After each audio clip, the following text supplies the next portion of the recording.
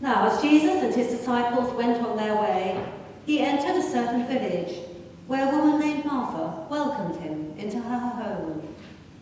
She had a sister named Mary, who sat at the Lord's feet and listened to what he was saying.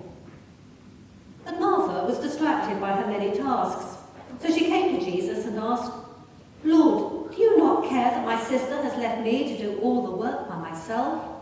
Tell her to help me." But the Lord answered her, "Martha, Martha, you are worried and distracted by many things. There is a need of only one thing. Mary has chosen the better part, which will not be taken away from her."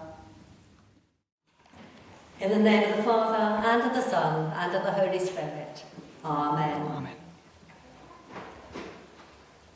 I wonder how many of us get the feeling that life just keeps going on faster and faster. That there's a lot to do. We seem to be rushing around trying to keep up with it all. Well, unless it's just me getting older, I think it probably is true that in many spheres of life, the demands on us seem to be moving to move and to respond faster than we did before. Yet, even back at the Gospel times, it seems as though Martha got caught up in the busyness of rushing around cooking and preparing a meal, which sadly left her missing out on quality time with Jesus. To be fair, Martha and her sister Mary were very likely to have had different temperaments, so it's fairly inevitable that one would have been quieter than the other. Martha was born active and Mary contemplative. And without trying to make too many excuses for Martha, she was following the Abrahamic tradition of providing hospitality to any guest who came to the house.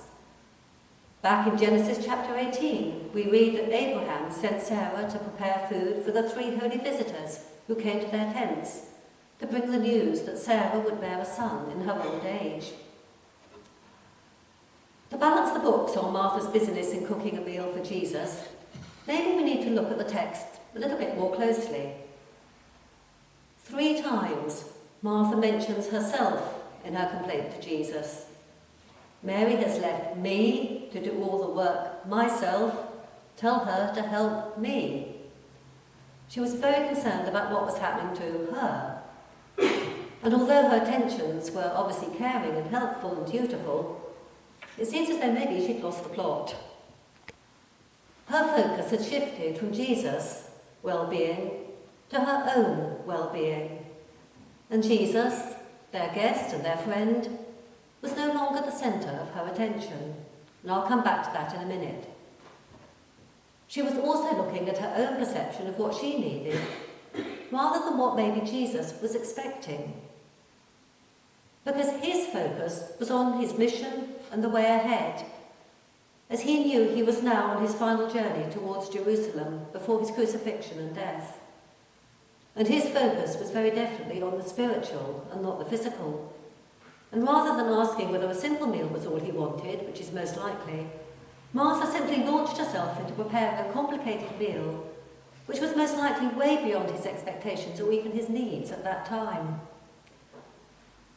A friend of mine, who kindly cooks the most delicious meals and tries out new recipes when we visit, has said on many occasions that, "If it goes wrong, I know you are friends and we can always eat baked beans."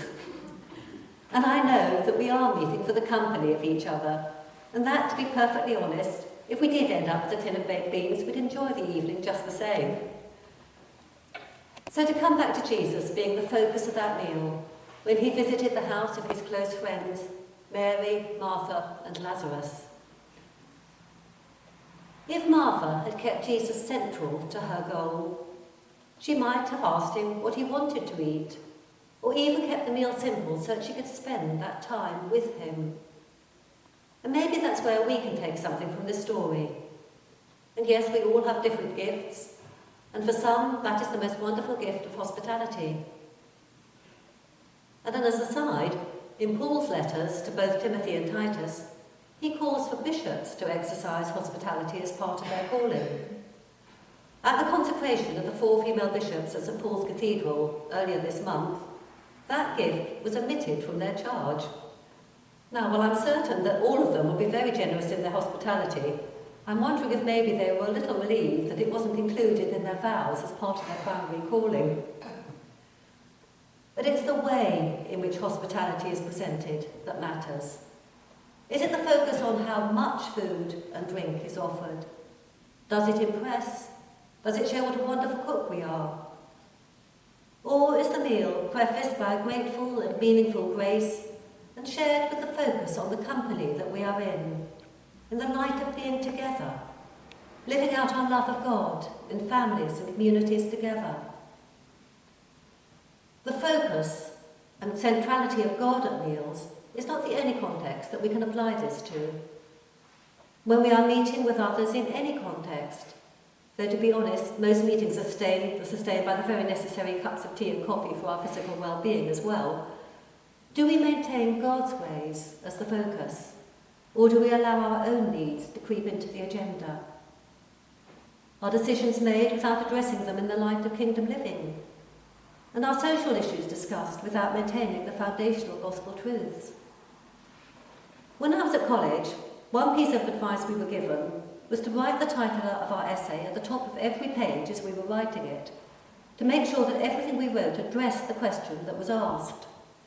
It was a good suggestion, although I did find it rather too easy to drift away from the question and lose track well before I got to my conclusion. It's almost as though we mentally need to keep God as our focus in all we say and do, in the same way as seeing the essay title on every page. And I'll admit myself, this is easier said than done at times, most especially when we do seem to be living life every day in the fast lane. We may start and finish our meetings or with prayer or the grace, but if we leave them as bookends and forget about them as we talk, which I know can be all too easy, they lose their purpose in holding together our issues in the light of God's ways. If we keep God at the centre, then all our hospitality, decisions and actions will be carried out in the ways of mercy and truth, and then we will see positive change, albeit sometimes slowly, in God's time, rather than according to our own schedules to fit in with our man-made calendars. And then, in the beautiful words of J.A. Wallace, we will connect with the source that brings both peace and energy to all undertakings. So let's just have a moment of quiet now as we think how we might focus more directly on God's ways as we use our gifts, whatever they may be, in the service of others. Amen.